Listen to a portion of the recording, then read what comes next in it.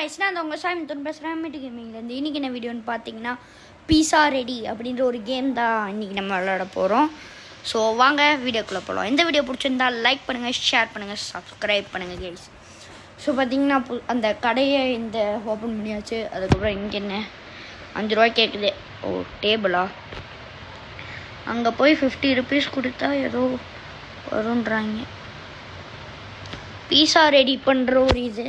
அதுக்கப்புறம் கேஷ் கவுண்டர்னு நினைக்கிறேன், பீஸா கவுண்டர்னு நினைக்கிறேன். ஸோ அது என்ன செகண்ட் லெவல் போனால் தான் அன்லாக் ஆகுமா?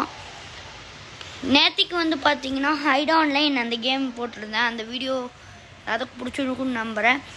ஸோ அடுத்த பார்ட் 3 போடலாமான்னு சொல்லுங்கள் கைஸ்.